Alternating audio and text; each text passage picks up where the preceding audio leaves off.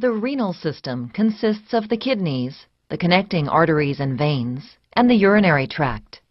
The kidneys are paired, bean-shaped organs lying outside the peritoneal cavity in the back of the upper abdomen, one on each side of the vertebral column. The kidneys function as the body's main excretory organs, eliminating the body's metabolic waste products by filtering the blood. Substances that are unneeded or are present in excess are filtered out of the blood and form into urine, moving via the ureter into the bladder before being expelled through the urethra.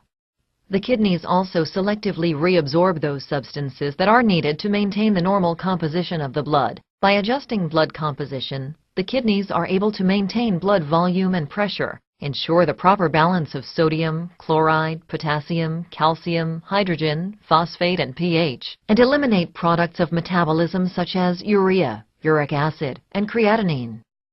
The medial border of the kidney is indented by a deep fissure called the hilus, where the blood vessels, nerves, and ureters connect to the kidney. The kidney is composed of up to 18 lobes. Each lobe is composed of nephrons. Nephrons are the functional units of the kidney, and each kidney contains more than 1 million nephrons. Each nephron consists of a glomerulus and a system of tubules. The glomerulus is a unique, high-pressure mass of capillaries that filters the blood. The glomerulus is encased in a thin, double-walled capsule called Bowman's capsule. The space inside the capsule and surrounding the glomerulus is called Bowman's space. Plasma-like fluid is filtered from the capillary blood into Bowman's space through the glomerular filtration membrane. The glomerular filtration membrane consists of 3 layers of capillary wall: the endothelium, the basement membrane, and the epithelium. This membrane allows some particles from the blood to pass through, but not all. The fluid that is filtered from the capillary blood into the Bowman's space is called filtrate and forms the primary urine. The filtrate then diffuses across Bowman's space and into the tubule system of the nephron. In the tubules, some substances are added to the filtrate as part of the urine formation, and some substances are reabsorbed out of the filtrate and back into the blood. The nephron tubule is divided into 4 segments. The filtrate passes through each of these segments before reaching the ureter. A highly coiled segment called the proximal convoluted tubule, which drains Bowman's capsule and where almost complete absorption of nutritionally important substances takes place. A thin looped structure called the loop of Henle, which reabsorbs water and ions from the urine and plays a role in controlling the concentration of urine. A distal coiled portion called the distal convoluted tubule, which regulates potassium, sodium, and pH, and where further dilution of the urine takes place. And the collecting tubule, which joins with several tubules to collect the filtrate and where final sodium regulation takes place. Each kidney is supplied with blood by a single renal artery that arises on its respective side of the aorta before dividing into 5 segmental arteries that enter the hilus. Within the kidney, each segmental artery branches into several lobular arteries. The lobular arteries further subdivide to form interlobular arteries, which branch off into afferent arterioles. Blood flows into the glomeruli through the afferent arterioles. Blood flows out of the glomerulus through the efferent arteriole. The afferent and efferent arterioles regulate glomerular capillary pressure by selectively dilating or constricting. The kidney's venous blood, now filtered, flows from the glomerulus via the efferent arterioles into the peritubular capillary network, a low-pressure, reabsorptive system surrounding all portions of the tubules. This arrangement permits rapid movement of solutes and water between the fluid in the tubular lumen and the blood in the capillaries. The peritubular capillaries rejoin to form the venous channels by which blood leaves the kidneys and empties into the inferior vena cava. Urine formation involves the filtration of the blood by the glomerulus to form an ultrafiltrate of urine, the tubular reabsorption of electrolytes and nutrients needed to maintain the constancy of the internal environment, and the secretion of waste materials. Filtration occurs as blood flows into the glomerulus from its afferent arteriole, and plasma moves through the glomerular capillaries into Bowman's space. From Bowman's space, the glomerular filtrate moves into the tubular segments of the nephron. Here, through tubular reabsorption, electrolytes and nutrients move from the filtrate back into the bloodstream. Here also, through tubular secretion, Substances move from the peritubular capillaries into the urine filtrate. The filtrate concentrates in the collecting tubules, then finds its way to the renal pelvis, where it is directed to the ureter, the bladder, and the urethra for elimination. The kidneys perform an excretory function by filtering the blood and then selectively reabsorbing those materials that are needed to maintain a stable internal environment. The nephron is the functional unit of the kidney and is composed of a glomerulus, which filters the blood, and a tubular component, where necessary substances are reabsorbed into the bloodstream and unneeded materials are secreted into the tubular filtrate for elimination in urine. The liver is an important organ that sits just under your rib cage, mostly on the right side. It weighs about 3 pounds and is made up of 2 separate sections called lobes, the right lobe and the left lobe. By looking at it under a microscope, you can see that the liver is actually made up of billions of liver cells. 2 major blood vessels, the hepatic artery and the portal vein, continuously bring blood to the liver cells.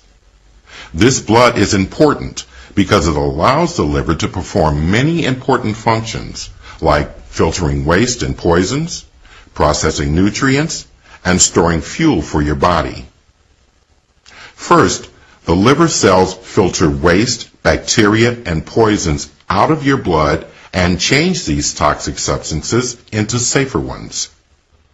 The liver also helps change certain medicines into forms that your body can use and then get rid of. Processing nutrients is another function of the liver. Most of the food you eat is eventually processed through your liver before your body can use it. After you eat, your food is broken down into small particles called proteins, fats, and carbohydrates. Your blood carries these building blocks to the liver, where they are used to make and store many of the nutrients your body needs. For example, proteins are broken down into smaller amino acids, which the liver then combines into new proteins. There are many kinds of proteins, each with a specific size, shape, and purpose. Proteins are important for many bodily functions, such as clotting your blood when you get cut. Your liver also makes cholesterol and stores fuel for your body, such as vitamins and carbohydrates and minerals. On a regular basis, your liver sends proteins, fats, cholesterol, and vitamins into your bloodstream to be used for energy and building healthy tissue. Finally, your liver also makes bile, which is a fluid that dissolves fat. This takes place in the small intestine. Fats need to be dissolved so they can be absorbed into the bloodstream. In order for bile to get to your small intestine, the liver cells are connected to small tubes called ducts that eventually come together to form a larger passageway. This passage, called the bile duct, carries bile from the liver to the gallbladder, which is a holding area for the bile. The bile is then eventually delivered into the small intestine. Because the liver does so many important things for your body, you can't live without one. The skin is made up of 3 layers: the epidermis, the dermis, and the subcutaneous tissue. The first layer, the epidermis, is very thin, but acts as the body's armor. It is also made up of a few layers, with the bottom layer of basal cells doing much of that protecting. Embedded are cells called melanocytes. These cells produce the color, or melanin, in your skin. That color, by the way, also protects the lower layers of the skin from harmful rays of the sun. Next is the middle layer of the skin, called the dermis. It is thicker than the first layer. This is where nerves, blood vessels, sweat glands, and hair follicles are located. Finally, the subcutaneous tissue is the lowest layer. Its job is to keep the body's temperature regulated while absorbing shock from any bumps your body might take on a daily basis.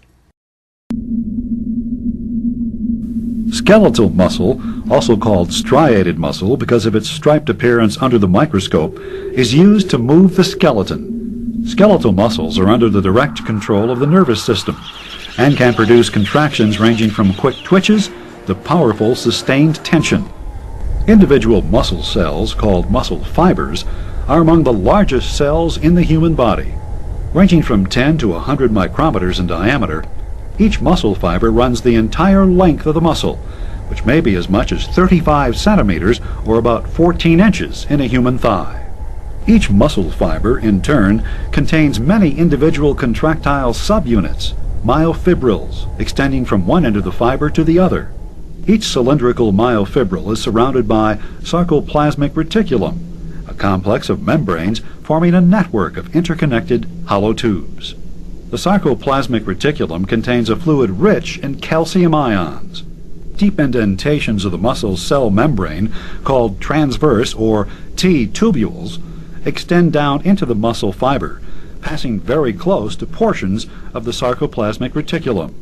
This arrangement of T-tubules and sarcoplasmic reticulum is crucial, as we will see, to controlling muscle contraction.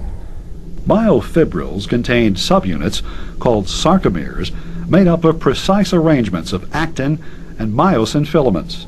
Sarcomeres are attached end-to-end throughout the length of the myofibril, and their junction points are called Z-lines.